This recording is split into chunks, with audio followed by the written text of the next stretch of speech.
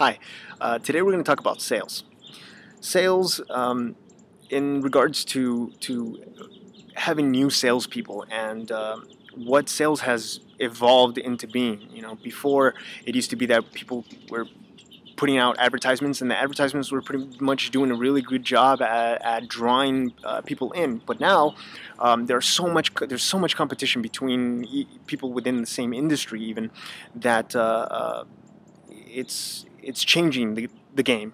The sale is now beginning to come back into the hands of the person more than the product itself, or in the presentation of the product in the form of advertisement. But what I want to talk about is new salespeople. A lot of people out there in network marketing companies or just regular retail companies, they're recruiting, or they are bringing aboard new salespeople. But the problem is now that you can give them all the sales techniques, and I'm not going to talk to you too much about techniques, because the techniques, there are a lot of great techniques out there, especially with neuro-linguistic programming.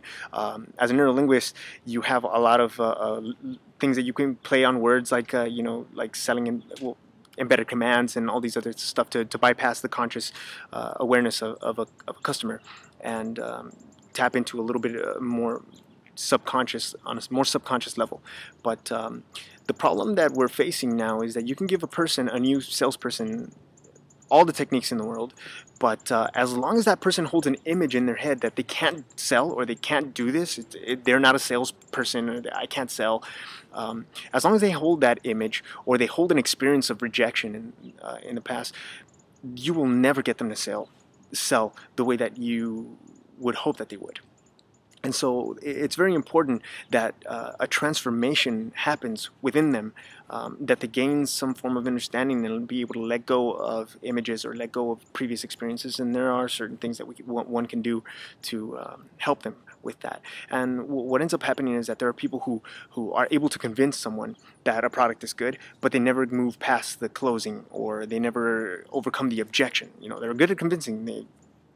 Everything's fine, but they need a closer, or they need somebody else to come in, and therefore the person feels like they're being moved around, and like they're being sold, and nobody really likes to be selling. So I like to talk about creating a sales environment in which there is no salesperson and there is no buyer. You're having a conversation with a person, and you're moving along, and you're fully aware and fully present in the transaction.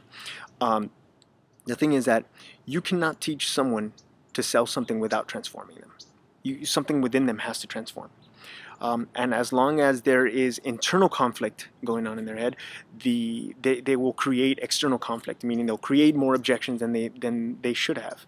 And it's important that we teach our salespeople how to overcome that, or how not to create more problems externally by silencing the mind and not being stuck in their mind during the sales transaction.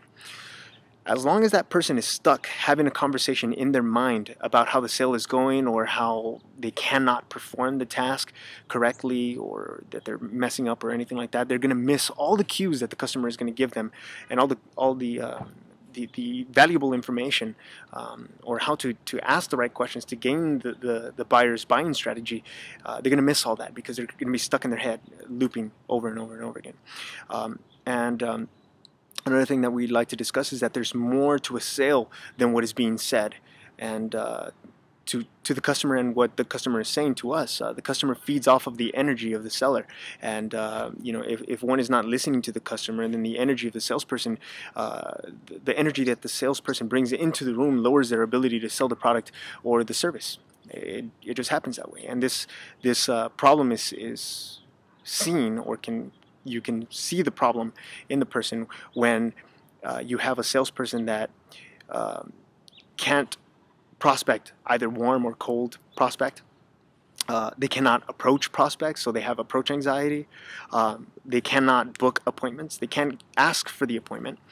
They cannot confirm an appointment once they already have the appointment set. They can't sell the product or service once the appointment is already made. And worse, they can't get over the objection, and the customer walks away without buying the product. And there are a lot of other topics that we can discuss when selling, but my main interest is not in the sale or selling techniques, because there are plenty of books out there, like I said, plenty of books that offer many different techniques, and one has to find the one that works best for them. But I'm more interested in how people buy. How people buy and the psychology behind the communication between the salesperson and the customer, and what goes on there, not just visually, physically, spatially, how to use your spatial anchors.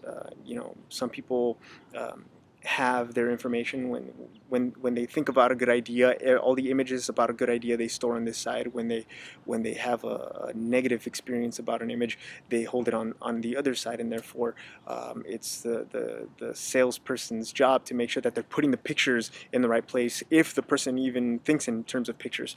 And that is I like looking into how the person buys the product, if they're more of a visual person, if they're a more auditory or a more kinesthetic person. Because if you're talking to a person that is more of a visual, they buy based on visual, and you're talking about how this product sounds, or how, what people are saying about the product, or how the product feels to certain people, then you're not speaking their language, and the transaction is just going to be you're going to go maybe an hour when you could have sold them in the first 15-20 minutes. The thing is that the customer is always telling you how they want to be sold.